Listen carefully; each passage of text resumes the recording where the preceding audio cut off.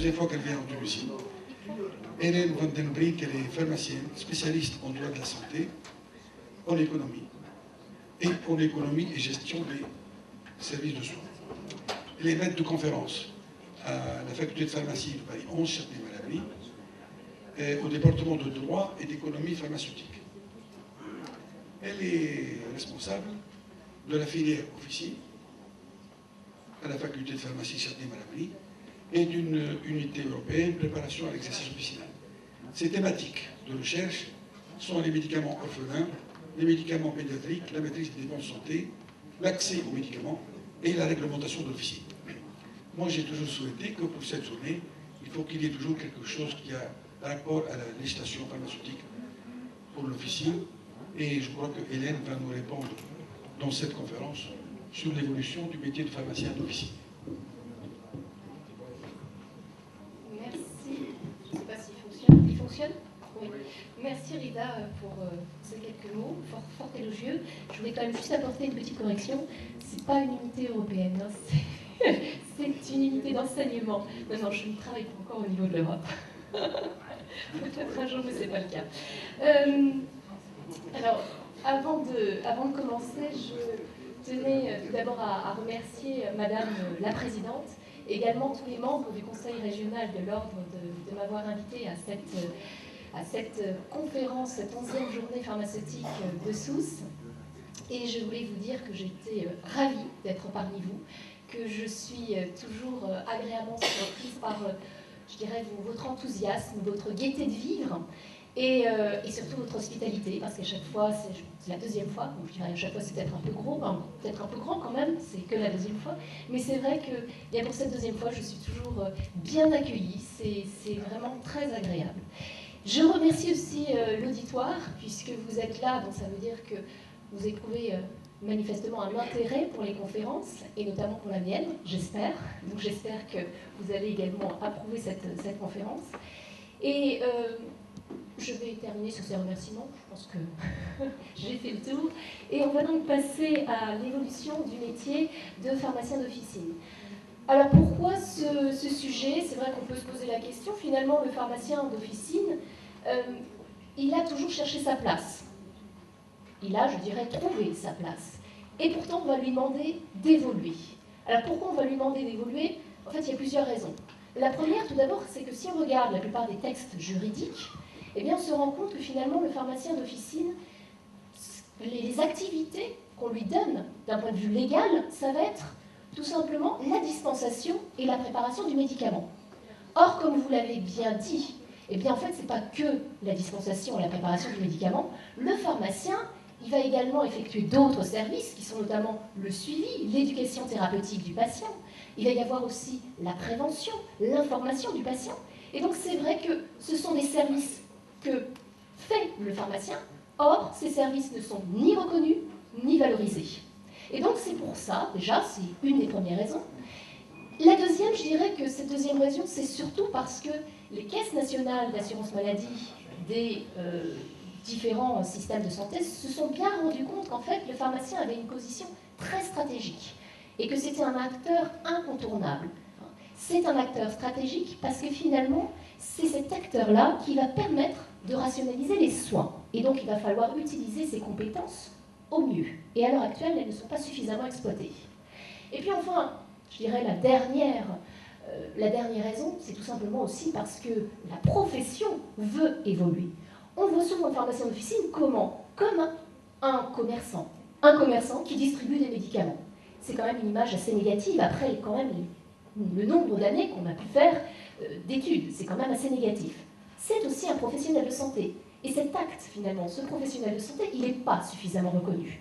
D'ailleurs, on le verra, rien que par sa rétribution, par sa rémunération, c'est une rémunération comment? C'est une rémunération la plupart du temps qui se fait par le prix du médicament et non par le service qu'il a réellement rendu. Et donc c'est ça qu'il va falloir réellement mettre en avant, que la profession va devoir démontrer. Et du coup, eh bien, on se rend compte qu'il y a une évolution, et c'est ce que je vais vous montrer, il y a une évolution vraiment, déjà au niveau européen, mais ça va certainement venir en Tunisie, il y a une évolution, on se rend compte qu'il faut aller de l'avant. C'est vrai que ça peut faire peur, mais il va falloir saisir ces opportunités pour montrer que le pharmacien a les compétences, qu'il peut les prendre et qu'il doit être reconnu, et donc que sa rémunération soit revalorisée comme il le faut. Donc c'est ce que je vais vous montrer au cours de cette conférence. Alors en guise d'introduction, il n'est pas sans intérêt en fait de reparler un peu des origines de la profession, puisque finalement l'exercice de l'art pharmaceutique, même s'il est chose ancienne, on se rend compte que finalement cet exercice, il a dû s'individualiser par rapport à la médecine au départ. Et ça n'a pas été évident. Parce qu'au départ, finalement, médecine, pharmacie, c'était dans ça se retrouvait finalement dans le même personnage, le médecin prescripteur. Le médecin prescrivait et il préparait les médicaments. Et puis, peu à peu, ça a évolué. Et finalement, je dirais que les origines de la profession d'apothicaire ont débuté où? Eh bien, à Bagdad, à partir du 7e siècle. Donc, c'est quand même intéressant de voir finalement que c'est l'Empire arabe qui est à l'origine de la profession d'apothicaire, et non pas l'Europe. Quand on regarde l'Europe, eh bien, finalement, ça a mis beaucoup plus de temps, puisqu'il a fallu attendre le XIe siècle, et finalement, cette profession, elle s'est mise en place entre le XIe et le XIIIe siècle. Alors, quoi qu'il en soit, est-ce que l'on peut dire que cette séparation médecine-pharmacie permettait à la profession de revendiquer son autonomie? Le penser serait fort optimiste, parce que finalement, pendant des siècles, eh bien, le pharmacien, il a dû, d'une part, s'individualiser par rapport au médecin, mais il a dû aussi s'individualiser par rapport au métier d'épicier. Alors, à l'heure actuelle, c'est vrai que le pharmacien est un acteur de santé qui est reconnu. C'est un acteur de santé qui a un rôle dans la maîtrise des dépenses de santé, mais il y a différents éléments qui nous laissent à penser que ce métier doit évoluer si le pharmacien veut préserver, je dirais, sa position, s'il veut conforter sa position. Alors les différents éléments, il y en a plusieurs. Tout d'abord, ça va être le durcissement des politiques de maîtrise des dépenses de santé. Ça va être aussi l'évolution de la société et les attentes des patients envers les pharmaciens. Le mouvement d'ouverture du monopole pharmaceutique, notamment en Europe. On se rend compte qu'il y a réellement un mouvement d'ouverture de l'Europe, hein. Enfin, il y a un mouvement d'ouverture du monopole. Et du coup, le pharmacien va être obligé de repenser son métier.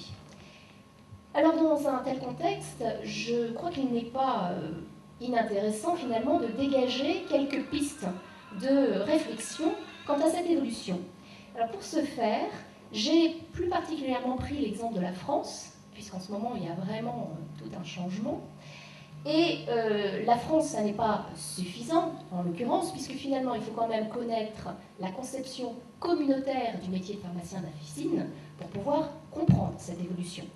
Donc, dans un premier temps, eh bien, j'aborderai le pharmacien d'officine au niveau de l'Europe. On va voir finalement les activités de ce pharmacien d'officine au niveau européen. Et puis, dans un second temps, on va étudier le pharmacien d'officine en France et on verra quelles sont les nouvelles missions auxquelles il prétend. Alors, nouvelles entre guillemets, vous verrez pourquoi. Et finalement, ces nouvelles missions vont certainement lui donner la possibilité d'avoir une nouvelle rémunération, et donc une rémunération qui serait plus une rémunération peut-être à l'acte, hein, un peu comme les autres professionnels de santé. Et puis pour finir, je ne pouvais quand même pas passer outre cela, j'ai fait également quelques recherches, et surtout, je dirais que Rida était très sympa, il m'a envoyé quelques éléments de réponse. Je terminerai donc sur une diapositive sur la Tunisie, c'est-à-dire quelle est à l'heure actuelle la place du pharmacien d'officine en Tunisie, et est-ce qu'il pense, comme au niveau européen, est-ce qu'il pense à évoluer ou pas. Donc je terminerai par cette diapositive. Alors, je commencerai tout d'abord par rappeler quand même que la santé, elle a fait son entrée dans les textes communautaires avec le traité de Maastricht. Donc, elle a fait son entrée à ce moment-là, avec ce traité de Maastricht, mais elle a laissé quand même toujours la compétence aux États membres de mettre en place le système voulu. Pourquoi? Parce que dans le traité de Rome, on a cet article-là, l'article 152, qui dit que l'action de la communauté dans le domaine de la santé publique respecte pleinement les responsabilités des États membres en matière d'organisation et de fourniture de services de santé et de soins médicaux. Quoi qu'il en soit, donc vous voyez, on n'avait pas spécialement, chaque État était libre finalement de faire ce qu'il voulait. Quoi qu'il en soit, il y a quand même eu une recherche d'harmonisation, et cette recherche d'harmonisation, elle s'est faite au niveau du secteur pharmaceutique grâce à deux directives qui ont été adoptées en 1985, l'une qui concerne la reconnaissance mutuelle des diplômes et l'autre qui vise la coordination des dispositions législatives, réglementaires et administratives concernant certaines activités du domaine de la pharmacie. Donc c'est finalement à partir de 1985 que la profession de pharmacien d'officine a été, je dirais, officiellement définie et réglementée en Europe. Alors ce texte, il a été ensuite abrogé et il a été remplacé par un texte global qui est la directive 2005/36/CE.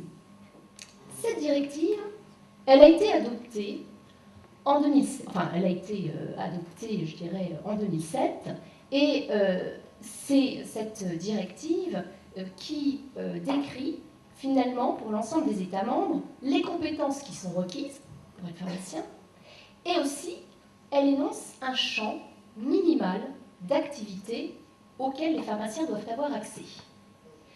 Alors il en résulte pour le pharmacien d'officine les activités suivantes. Donc, vous voyez, vous avez la préparation des médicaments, le contrôle des matières premières et des médicaments, le stockage et la distribution des médicaments, et enfin la diffusion d'informations et de conseils sur les médicaments.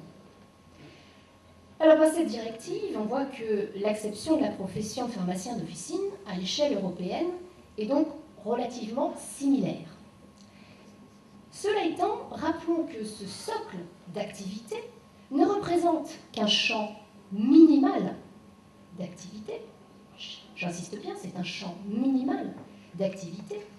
Et qui plus est, la directive n'a pas pour objet de les réserver aux pharmaciens, puisqu'on l'a vu, elle laisse aux États membres compétence en la matière. Quelle est donc la conséquence? Enfin, plutôt, quelles sont les conséquences? Eh bien, si on prend l'exemple de quelques pays, bien sûr, je n'ai pas pris tous les pays européens, j'ai pris juste quelques exemples. Si on prend l'exemple de quelques pays, on constate une grande hétérogénéité des modes d'exercice et des activités au sein de l'Union européenne. Tout d'abord, s'il y a le choix d'une réglementation en matière d'implantation est partagée par de nombreux pays, afin notamment de garantir un maillage officinal harmonieux, on voit que certains pays n'ont pas fait ce choix, n'ont pas adopté de critères d'implantation. Notamment, il va y avoir la République tchèque, il va y avoir l'Allemagne et il va y avoir les Pays-Bas. Ah tiens, mon petit E est parti. On voit également que d'autres pays, tels que le Royaume-Uni et la Suède, n'ont pas adopté non plus de critères d'implantation, c'est-à-dire qu'en fait, il n'y a pas de réglementation spéciale. Quoi qu'il en soit, ils répondent quand même, ils doivent répondre, c'est-à-dire l'implantation des pharmacies doivent quand même répondre à des besoins de la population. Mais il n'y a pas de texte qui impose. Ensuite, si la qualité de pharmacien est une obligation dans l'ensemble des pays européens pour exercer la pharmacie, la propriété de l'officine, en revanche, n'en est pas une. Donc on verra par exemple qu'on peut avoir notamment des sociétés publiques, comme en Suède, qui peuvent être propriétaires de pharmacies. Alors c'est vrai que la Suède est vraiment l'exemple typique. Vous avez l'État qui est propriétaire des pharmacies depuis 1971. Quoi qu'il en soit, après avoir fait quand même d'autres recherches, j'ai pu voir que il y a eu une ouverture en fait de ce monopole, puisque l'État a vendu un certain nombre de pharmacies. Il en a vendu, c'était en novembre 2009, il a vendu 465 pharmacies, et il a vendu ces pharmacies à des investisseurs privés. Alors c'était des chaînes ou bien des pharmaciens indépendants. Donc là, il y a également une ouverture. On peut voir aussi que la propriété n'est pas le fait que des pharmaciens, mais peut-être aussi le fait de chaînes privées. Et c'est le cas aux Pays-Bas, c'est le cas en République tchèque, C'est le cas également en Italie et au Royaume-Uni, bien évidemment.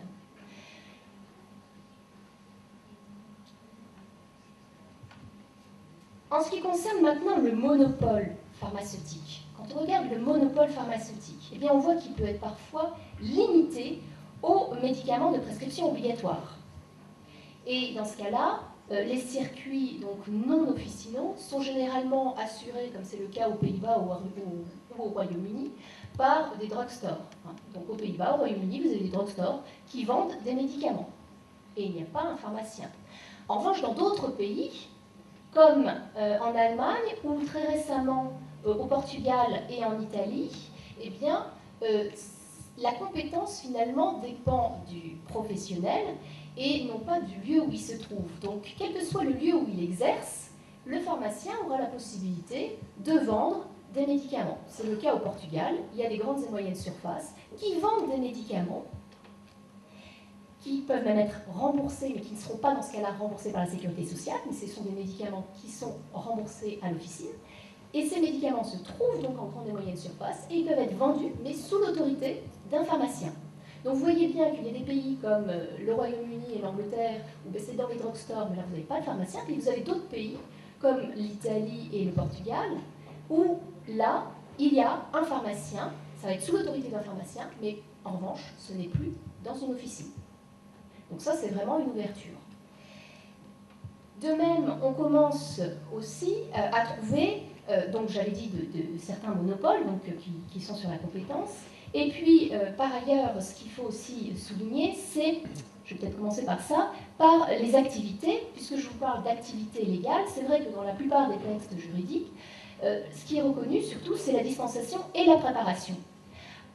Quoi qu'il en soit, on l'a vu, vous en avez déjà parlé, c'est vrai que le pharmacien ne fait pas que ça, il va bien plus loin. Et donc si on regarde certains pays, on voit bien que pour certains pays, et notamment le Portugal, c'est assez récent, d'ailleurs je vais prendre ensuite un exemple, vous avez d'autres activités qui, elles, sont légales, qui sont inscrites dans les textes depuis 2007. Et vous avez donc la prévention, le suivi thérapeutique, les réseaux de soins. Vous avez même certaines activités qui vont encore plus loin, aux Pays-Bas.